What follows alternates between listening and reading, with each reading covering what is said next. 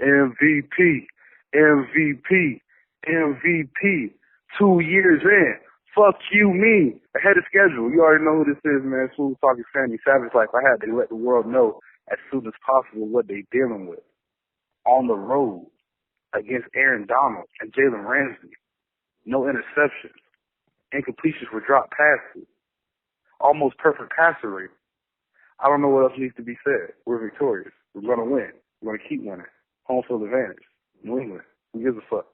NFC. Who gives a fuck? That's all I got to say. We out. I'm not a crook. Welcome to the Sports Savage. Back from Thanksgiving. We're back. As always, follow us on the show. Comment. Twitter me, Instagram me at Garrett W. Savage, and I am from sunny Los Angeles, California. Joined by Smooth Talking Sammy in Orlando. Sammy, how was your turkey weekend? Yo, sports world, what's happening? Nice turkey day, good food, good family, good friends, and the Cowboys lost, so it was awesome. Yeah, we'll get into that. We'll get into the NFL right away. What happened in that Cowboys game, Sammy? Other than the Cowboys being exposed and Jerry Jones realizing that he's continuously making the wrong decisions as far as his coaching time, nothing that no one didn't already know. If you examine the Cowboys' record, they lose to teams and they beat bad teams. So they played a good team on Thanksgiving and they lost. I mean, what's more of a shock to you, that the Bills are 9-3 or the Cowboys are 6-6? Definitely the Bills. I'm going to be completely honest with you. If Buffalo wasn't where it was in the country, I feel like the Bills would get a lot more pub. Josh Allen is proving me wrong as far as being a quarterback in this league. He definitely looked more like a receiver than Lamar Jackson did in his whole career, and that's definitely shots fired. But he's doing a great job with McDermott and that coaching staff. They got a good defense, and if you play complementary football, you can win games. Yeah, I think their defense is probably one of the better rated ones. They picked up Ed Oliver, who's a stud. Houston. But yeah, Josh Allen, I mean, I didn't think he was going to be a great quarterback. You see guys like this come out every year. The guy from Kansas State who comes, it's always some white, tough guy who everyone thinks is going to be the next Joe Montana. It never pans out. But Josh Allen, for whatever reason, he's getting it done. But they're not asking him to do a whole lot. They're kind of just asking him to keep the game alive, rest the defense a little bit, and we can probably wear him down. Well, you can make an argument that he's also the best dual threat quarterback in the league right now. I mean, he leads all quarterbacks in touchdowns as far as rushing, and his legs are definitely a problem. So he may not be as electrifying as Action Jackson, but he definitely gets the job done on the ground as well as with the pass. Well, I'm not going to disagree with you. You got too many good points there, Sammy. Saints beat the Falcons. Bears beat the Lions. I don't know, call me crazy, but I think the Lions are just kind of getting all of their ducks in a row this year. And I think they're going to come back next year because they're looking a little sloppy. Bears are 6-6. How do you feel if you're a Bears fan right now? I'm so uneasy. I'm a Bears fan because whenever we build up the nerves to be like, okay, we're going to move on from Trubisky, he has somewhat of a good game. So it's just really fucking confusing. If you're Matt Nagy, you really want to get from up under him, but they just have so much invested in him. He's always going to be attached to Mahomes and Watson, so it's not the easiest thing to get from up under him. But yeah, if you're a fan, the win doesn't make you feel it'd be better about this lost season. And I want to shift the focus more on the Lions. Like I don't know what they're doing. Obviously, maybe taking, but for what? Because you need more than just a premium player to turn the franchise around. I just don't know what the goal or what the direction is for the Detroit Lions right now. All right, let me ask you a question. What was the more head-scratching loss to you? The Jets lose to the Bengals or the Panthers lose to the Redskins? I'm going to go with C and the Dolphins winning today. But to answer your question, Definitely Washington over the Panthers. Even with the poor quarterback play from Kyle Allen that the media is finally starting to recognize now, they still have enough talent to beat the Washington football team. So I was very surprised.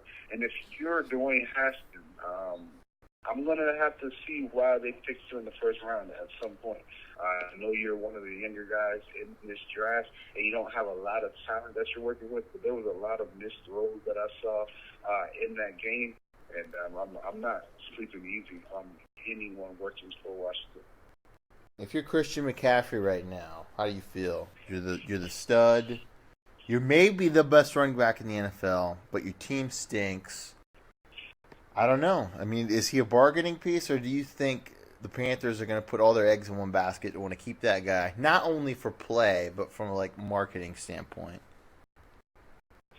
Yeah, I mean, you answered your own question. I mean, he's Christian McCaffrey. He's a ticket seller. He's prime time. So if you're Carolina, I don't think you want to get from up under that. Just off of a rebuild. He's more so a kind of player that you rebuild around. So if you're the Carolina Panthers, that's just one of the positions that you don't have to worry about while you figure out if you're going to bring back Cam Newton, your former MVP, or if you're moving in a different direction. Yeah, I mean, if you had Cam Newton operate on any level that he was on before, and you got a healthy Christian McCaffrey, and you get some weapons, I mean, that offense. Well, they started hot. Carolina started hot. They've lost their last 3 or 4 games. They're 5-7. They're out. Browns lost again to the Steelers. Dude, Steelers are 7-5. Steelers are going to the playoffs. Would you have thought that in the beginning? Absolutely not. I feel like if the Steelers make the playoffs, Mike Tomlin is the coach of the year because I want to see what other teams are making the playoffs with their third-string quarterback. So shout out to him for having the balls to bench Mason Rudolph simply because he sucks. Not even because he's a racist, even though he is a racist, but mostly because he sucks. And you got to win with the Ducks, so quack, quack, quack for that. But yeah, if you're the Browns, do you trade Odell this offseason? And if you do trade him, what are you really going to get from him? Because you can't bring this dumpster fire back next season and just say run it back with a new coach. I mean, I feel like the Browns' implosion was inevitable. We all thought, well, not we all thought, but I mean, even I thought the Browns were going to do better than 5-7. They just looked like the most unorganized team that there is. They're very top-heavy. Their offensive line sucks.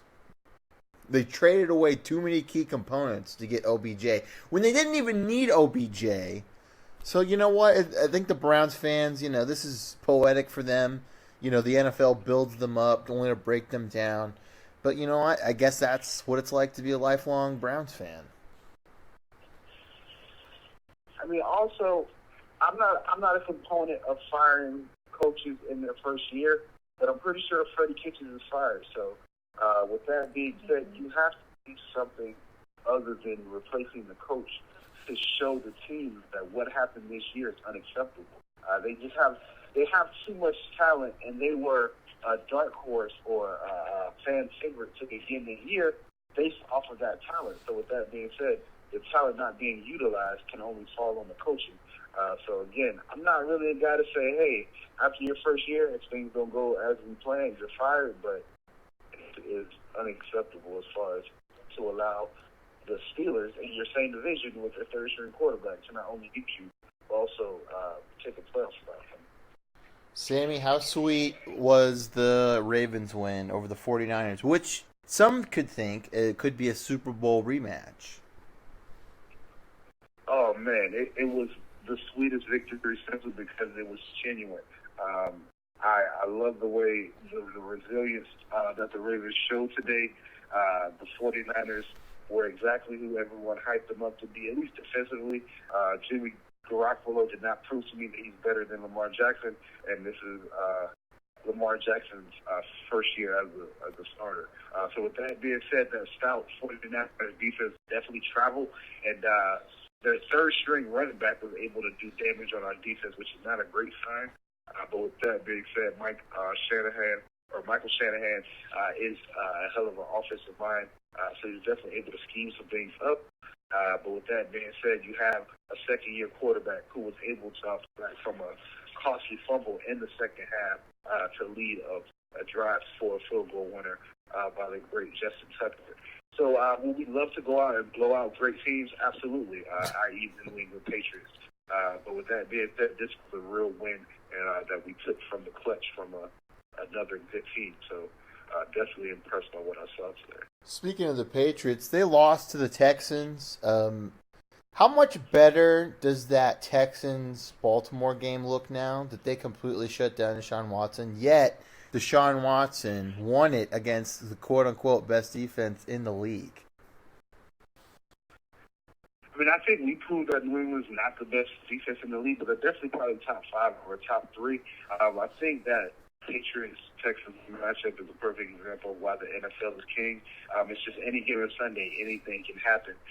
So are the Texans the team that the Baltimore Ravens beat their ass, or are they the team that was able to put a firm whipping up on the Patriots? I imagine they're somewhere in the middle.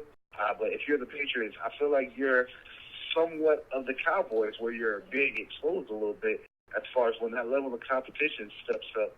That style of defense and the great Tom Brady is not looking so good. Yeah, I mean, the Patriots can only play with a skeleton crew on offense for so long before people figure it out. Yeah, Tom Brady, you know what? You can tell mentally he has it there, but physically I think it's starting to fade a little bit.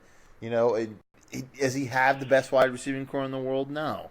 But still, it's, you know, this guy's 41. Of course, he's a GOAT. I'm not going to panic because I'm the past. I'm 10-2. You know, I'm still going to be alive. But, I mean, if this... I don't know if Tom Brady can take this in the next season. Yeah, I think New England's preparing to move on from Tom Brady this year. I think this is the ammunition that Belichick needed to go to Kraft and be like, hey, it's either him or me, and I don't mind coaching this team, so you really want to figure out what you want to do with your stepson and Tom Brady. But, I mean, it would be a good move for the Patriots because, I mean, Tom Brady is a GOAT. He's doing this thing right now, or has been in the recent memory.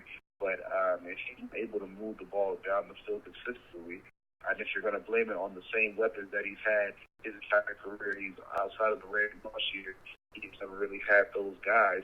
So if he's not able to do what Tom Brady's always done, which is make more out of less, then it's time to move on. I want to end it with my Raiders. I don't know what happened to them, man. They were playing so well, playing so good. And the Chiefs ripped them a new one, 40-9. This is 2 blowout losses in a row for the Raiders. I mean, why were they so good and now they stink? Just look at who they beat. We just got to look at that. I mean, that just lost told me exactly who the Raiders are. But with that being said, they had a chance to be ahead in the division, and they were able to beat the Chiefs. So if you're the Oakland Raiders, you're ahead of schedule. And if anything, maybe John Gruden's grinning or smiling in the back of his mind because Derek Carr is exposing himself. He was getting a lot of praise. He was getting a lot of accolades as far as the pundits and the media when they were beating up on them cupcake teams that they were playing. And now that they're playing some pretty big defenses or even really prime-time games, so I take that back. The Chiefs' defense is shit. So not even the defense, I guess just more so the moments or when the pressure's on, he's not that quarterback. So maybe John Gruden's looking at that like, okay, this is an opportunity I can use to get some of this guy to not draft. And, hey, we almost won our division. Let's pull up things. Yeah, and you know, the AFC is kind of wide open for the most part, besides Baltimore being, you know, pretty much the flat-out flavor. I don't know who the second best team is. You can make an argument for quite a few teams. But I think, you know, consistency is what's going to drag whoever it is to play Baltimore. And the Chiefs just aren't, you know, they're up one week, down in the next week. They're the stock market. They're fun to watch. They have nobody on their defense, you know, that's an all-star. Maybe one, if that. I don't know. I mean, I feel like after the Chiefs lost a few, I think the media and myself also, because I am a part of the media, obviously, we kind of slowed our roll on the Chiefs. Is that how you feel, or do you still think they're a big-time team? As long as you have connection with Mahomes, you're a big-time team.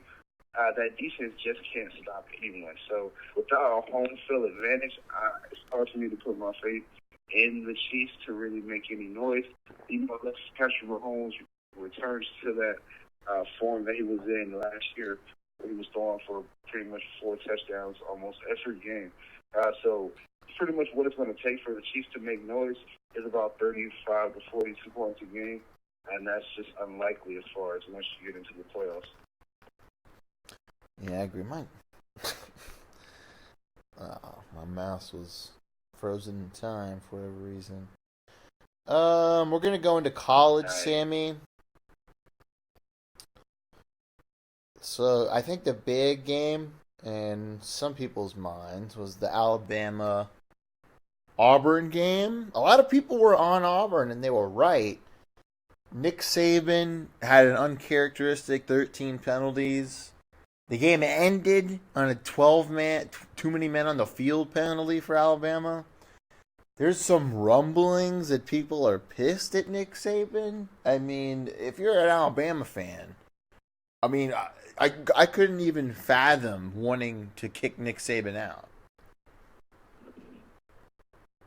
Yeah, don't bite the hand that feeds you. Yeah, I mean, the Saints was running a little hot Saturday.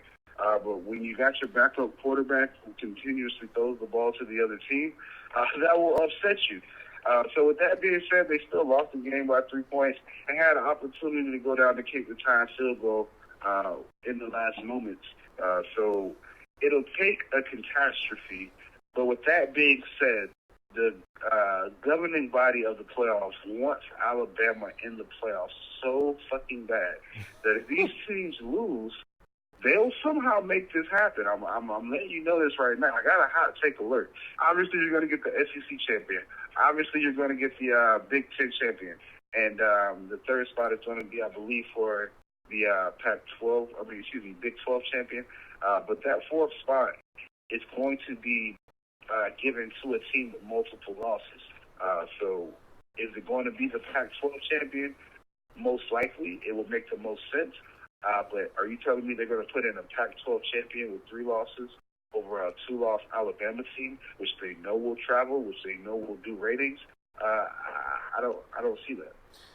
I just can't see them putting in a 2-loss Alabama team over a 1-loss Oklahoma team.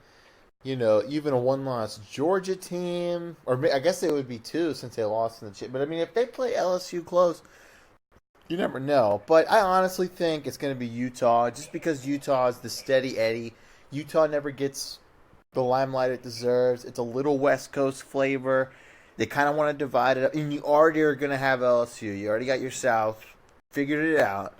Ohio State's probably going to be in it. I don't see Wisconsin upsetting them. So then you have your Northeast stuff. You get Utah. You get a little West Coast love. And then whatever the third one is whatever the third one is. I don't even know who is number 3. Number 3, I believe right now, though, Georgia's number 4 right now. So number 3, I think, would have been Alabama until they lost. Let me look up the polls. But yeah, I mean, what you're saying makes sense. But until Utah gets beat by 35 in the college playoff, which no one wants to see. But I guess, you have to give everyone the opportunity, except UCF. And I guess it's from there. So, yeah, it's LSU, Ohio State, Clemson, Georgia, Utah, Oklahoma. Clemson, Florida. That's what we're forgetting about. Florida, Baylor. Disrespect. Yeah, so, I mean, they already got their demographic in. I mean, of course they'd love to put in Alabama. Who wouldn't?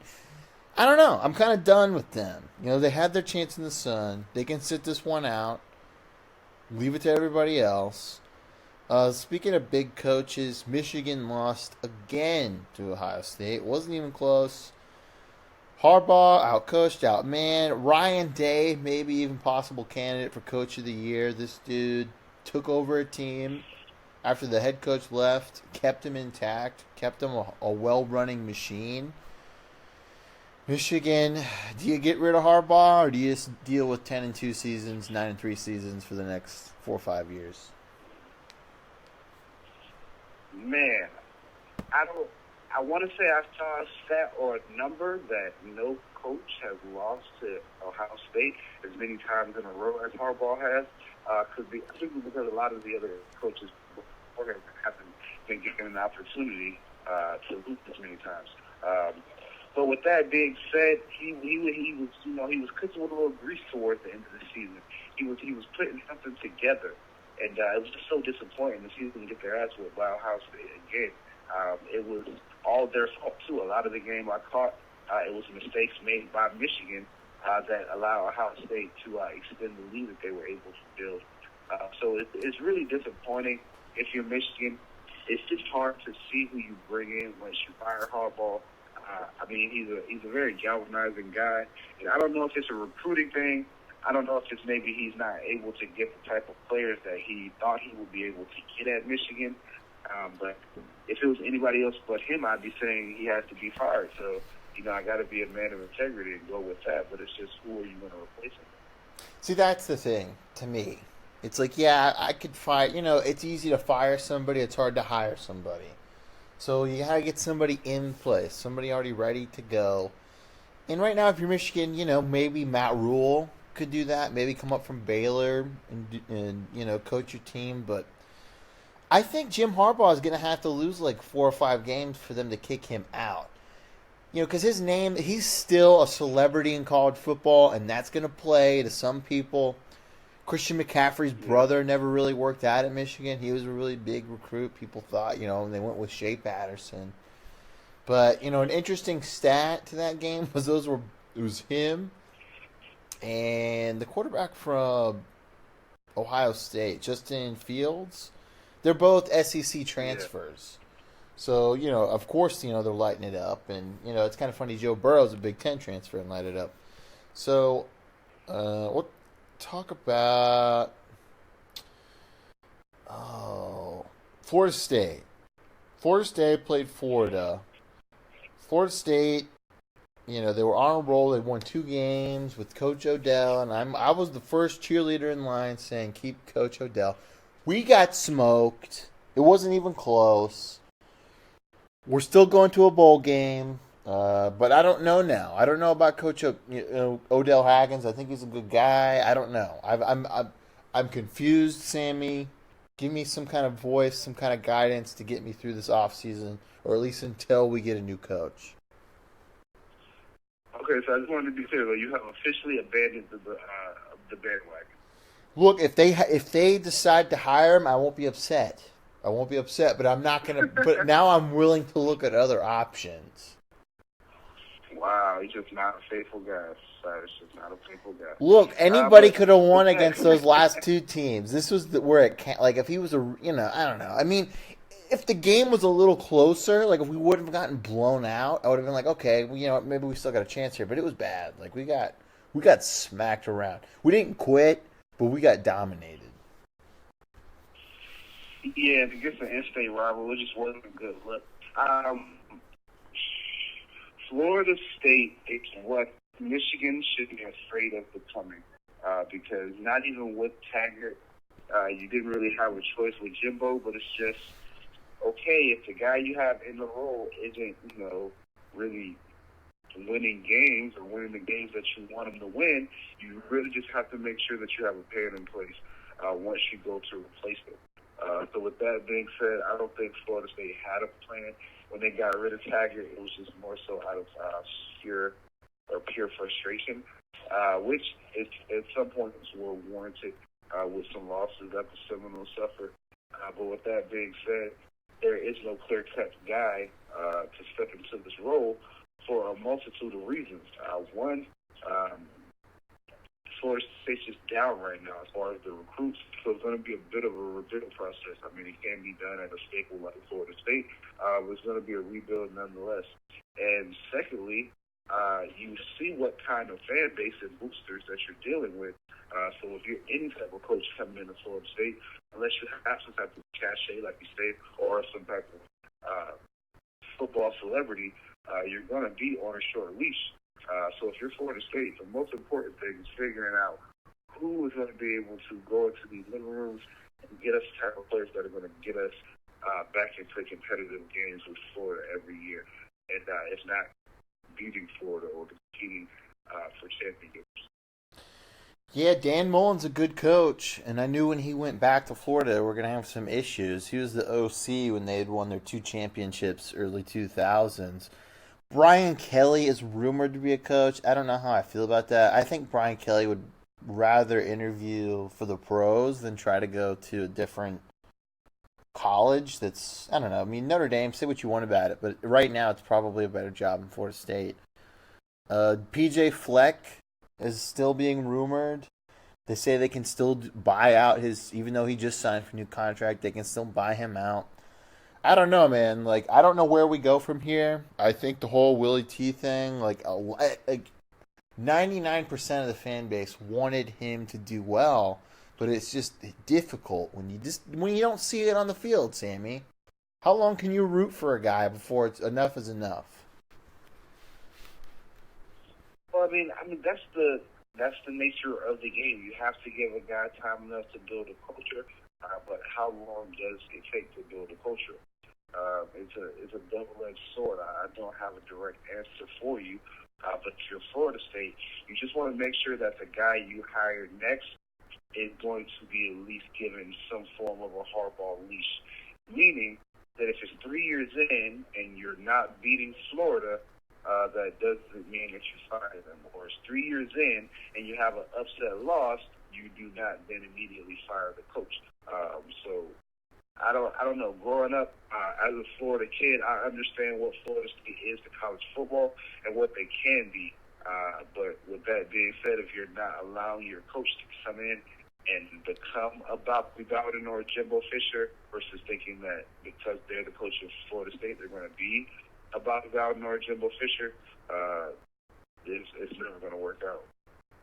Let me ask you this: out of these combos, who would you want to see in the national championship? LSU, Ohio State, Clemson. Personally, an LSU Ohio State national championship would be pretty badass.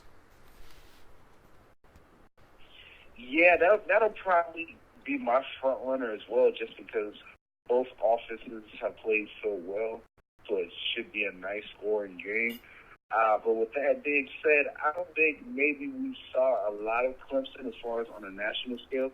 Their defense is not good, but they have a NFL caliber running back in ETN, who I believe suffered an injury, so I'm not updated on him. But if he's able to go as far as in a playoff run, he'll be one of the better backs in the competition.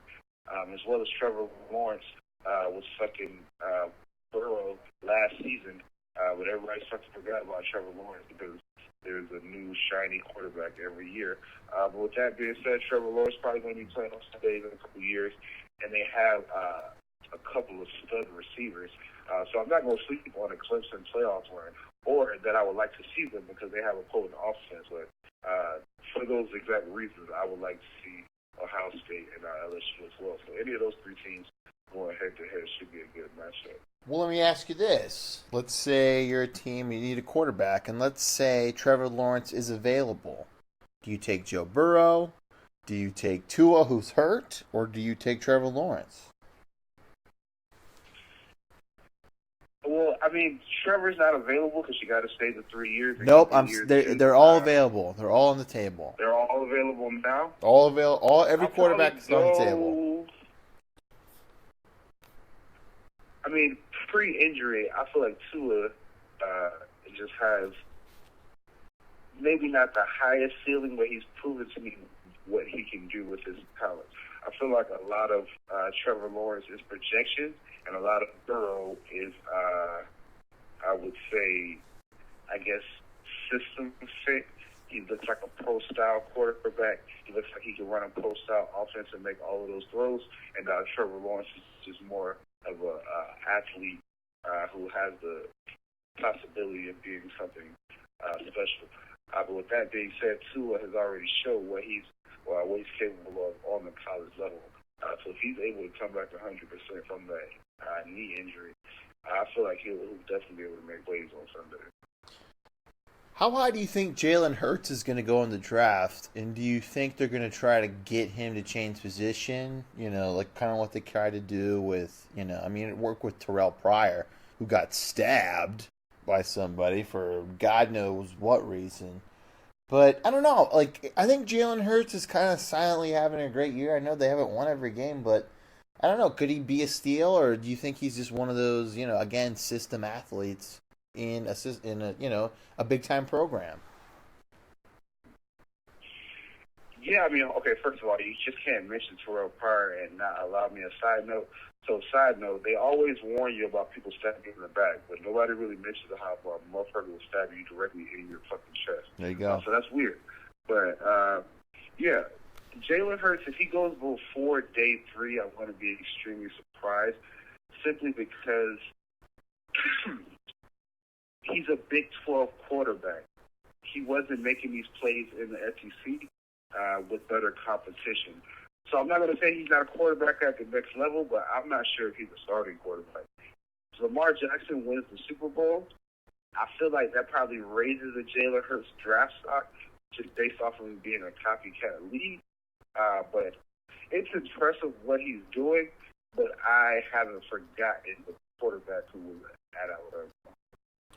Now, keep in mind, he did come back during, I think it was one of the national championships or one of the bowl games and replaced Tua and balled out. So, but I don't know. Like you said, it's the Big 12. You're automatically going to pass for 4,000 yards no matter what. So, I guess we'll just keep our eyes peeled on that. We'll pivot to basketball. My Lakers finally lost to maybe my Mavericks. Luka Doncic, best player in the NBA right now, Sammy? In the conversation with the win over the Lakers, with the fading for this guys, I don't know what the fuck Chris Stapps has going on. He's definitely putting his hat in the ring with the LeBron James and the James Hardens of the world, as far as being recognized as not only a young, nice player, but a staple, a superstar in the league. So, yeah, I don't know if it's the best, but definitely one of the best players in this league with a big win, with a rebound short of the triple-double today over the Lakers. So who would your top 5 players be right now? Top 5 players in the NBA. Let's see how I will do it. I'm going to go LeBron James. I'm going to go, if we're saying healthy players, Kawhi Leonard. I'm going to say number 3, I'm going to say James Harden. Number 4, I'm going to say Giannis Antetokounmpo. And number 5, in that conversation, would be Luka Doncic. I feel like there's someone who I'm not giving respect to right So now. that's 5. Who's your 6? Who's your 6th man? So I feel like there's a 5A and a 5B. Because, let's see here. I have a Kawhi. I don't feel like I'm disrespecting anyone. Anthony Davis is in that conversation based off him being a player on that Lakers team who's having that good run. But yeah, I feel like there's a toss between an Anthony Davis and a Luka Doncic for that. Yeah, I don't know. It's interesting to watch him play because he's still such a young guy, and he's not maxing out the scoreboards every night, but he's getting almost a triple double. I mean, he's kind of doing what Westbrook used to do, only with assists. I mean, you know why I like to watch him, Sammy. You know why. I mean, I know why, but I definitely wouldn't mind you telling the people why. Look, I don't need to tell the people why. I like him because he's got that cool tattoo on his wrist or on his underarm, whatever it is. But no. Oh, yeah, sure. Nothing to do with the color of skin. Never. I'm colorblind. Lakers are 17-3, Sammy. I mean, tell me they're not the best team in the league right now. They're not the best team in the league right now because they just lost to the Dallas Mavericks, who were really sorry last year. But they're definitely one of the best teams in the league. You have a young Boston team who's getting things together. You have a Denver Nuggets team who have still yet to all play well together. You have a Clippers team obviously in the same building as you, who's putting things together in this latest run that they're on. So if you're Los Angeles, you definitely built yourself a comfortable place atop the West as far as one of the Clipper teams. Excuse me, if not a top 2 team in the conference, so you can get that home for the advantage. But there's still definitely a lot to be shown as far as the best team in the league. They're tied with the Bucks, 17-3. The Raptors are the second best record with 15-4, and a lot of people are tied for 14-5. Clippers, I think everyone's all caught up on this load management, not as much anymore. Sure, it'd be good to see them all play. I mean, I really just want to see LA play LA, to really just to decide the factor on that one, just to see how they stack up against each other. Denver Nuggets, you said they haven't played well, but they're still 13-4. Clips are 3. The Mavs, I can't say that they're my Mavs, but, the Mavs that have the corner of my eye. They're 13-6. So, what team should we be talking about that we're not talking about? That's a fair question. Who do I want to give some love? And don't say Orlando, even though they're 8th right now in the Eastern Conference. In the playoffs, which will be competing for a championship. But yeah, let's just not mention that. I'm going to say, randomly, we can't say Dallas. I'm going to go with the Twinette. I don't think that they're going to compete for anything this year. I don't really think that they're that good of a squad, but to be down your top 2 players, Kyrie as well as Kevin Durant, and still be competitive at 500 is pretty impressive. Here this episode, they have some form of a culture there, and if you're Kyrie Irving, you're more so concerned about with you coming back that you're not ruffling the feathers or rocking the boat, versus you being the championship veteran that you're supposed to be, and helps them continue with that playoff push. So not more so credit, but definitely an interesting storyline would be to see what the Nets are once Kyrie comes back 100%. What did you think of that Kyrie meltdown from all the chants when they went back to Boston? He didn't play. He had this long, drawn-out message he put on Instagram. Did you see what that was, Sammy? No, I didn't catch that. Kyrie is an emotions man. There's nothing wrong with a man and his emotions. But I just really don't have a lot of interest in it. So, yeah, another Kyrie emotional story. There will be more, and unfortunately, there's a bit too many out right now. Him and Kevin Durant are kind of a little emotional. Are these the new emo boys in town? Because I would read this Kyrie Irving post, but it's literally going to take me 5 minutes because it's almost like a book. But I don't know. I mean, they kind of like the drama. It seems like it.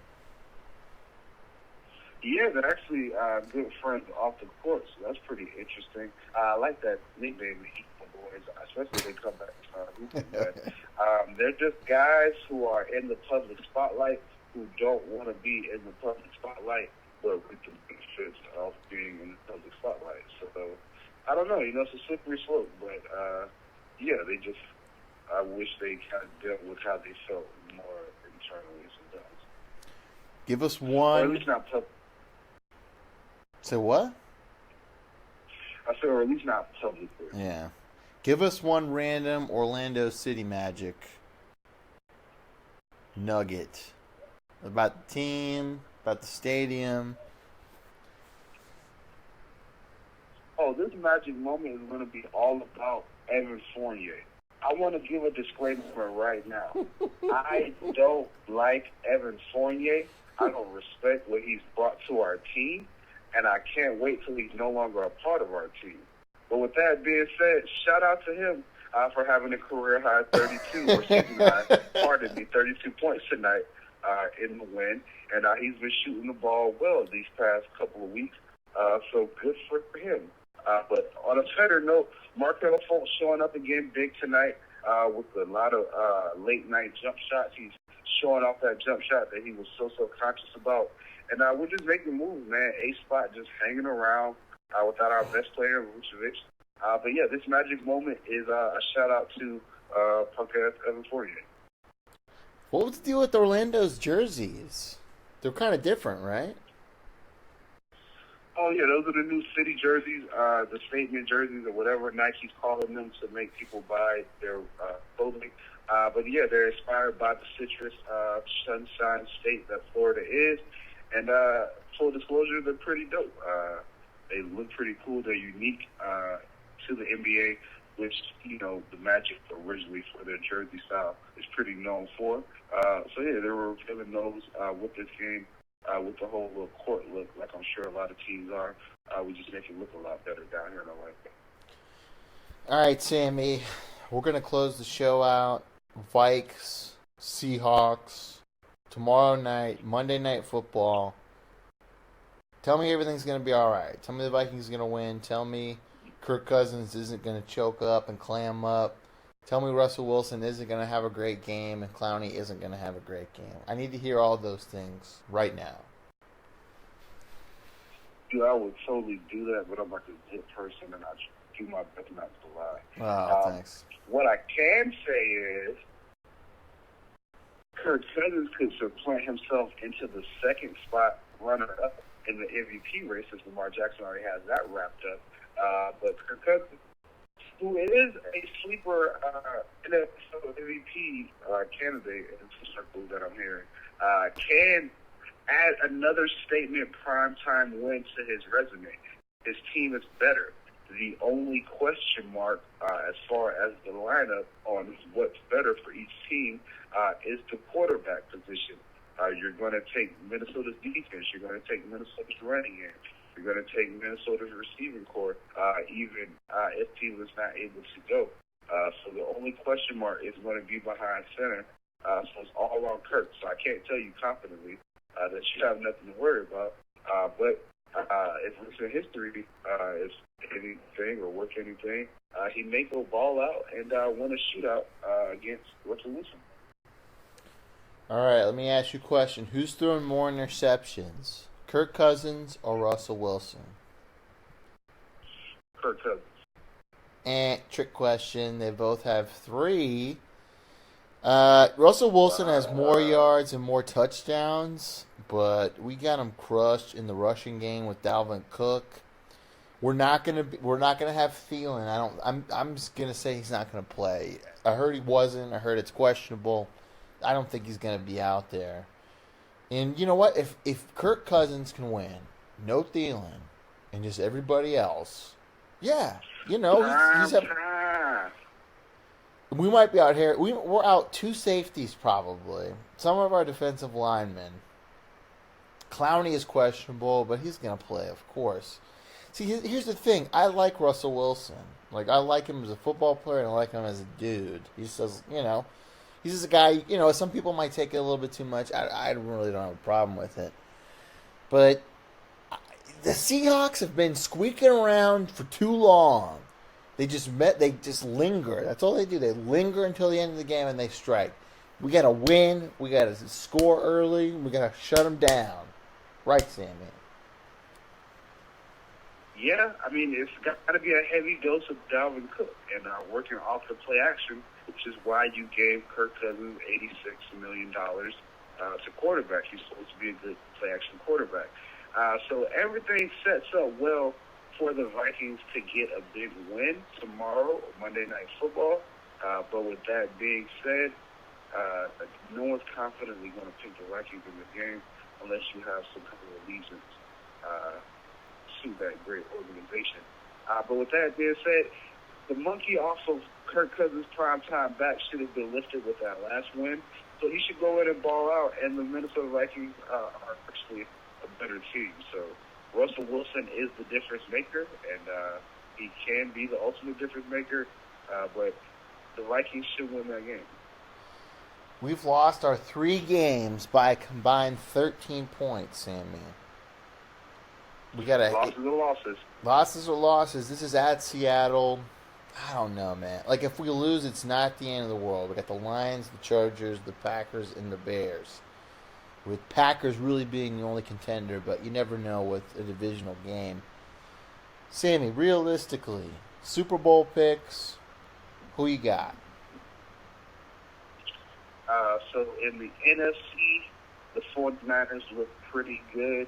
It looks like they're may have an opportunity to wrap up home field advantage if Green Bay can't be consistent. There's nobody in the NFC other than the Seattle team who actually has a win against them that they're able to get hot. But we got Minnesota solving that problem. So, yeah, if we're looking at a possible New Orleans rematch, I know you're not my integrity, but I got out of the AFC, so you should already know that's going to be the Baltimore Ravens. But yeah, I definitely, the game I saw today, I could definitely see taking place in Miami. Yeah, man. I gotta agree. I mean, it must be nice. I don't know if the Vikings win this game. Raiders. If the Vikings and Ravens play, the fans need to give us something. Like, buy us Super Bowl tickets, airplane tickets, fly us down to Miami. We'll live stream the whole thing. We'll start a GoFundMe. Oh, man, if that happens, it's destined for something major for the show to happen because it's going to be the Purple Bowl. So we got to make something happen for the Purple Bowl. I'm all down for the Purple Bowl. I feel bad for you because Baltimore Ravens, we don't lose Super Bowl. So, I mean, if you want that smoke, that's cool. But, yeah, I'm all down for the Purple Bowl. We know who does lose Super Bowls? The Vikings. They've lost 3 of them, so been there, done that. I mean, it's always nice to be there, you know. Nah, we gotta win. Here. All right. Well, you can contact the show. Yeah, that'd be dope. Email the show, thesportssavageshow@gmail.com. Instagram me, Twitter me @GarrettWSavage. We're gonna. The show's evolving, folks. You know, we're doing these long audios. We might continue to do that. We might do something else. Hey, yo. But this is how it is. So stick with us. We appreciate it. Sammy, you got anything to say? Yeah, man. Everybody just get down before it's fucking whack to be one of those weird bandwagon people to be like, oh, you listen to Sports Savage, you heard of that show? And everybody's like, yeah, because we're already popping by in. You know, just get it down. You know, it's always cool to get in early and reap the benefits. So, you know, don't listen to what I'm telling you, but if it's good advice, I don't know why you wouldn't. Not a crook. Be on the lookout for the next episode soon. All right. Peace.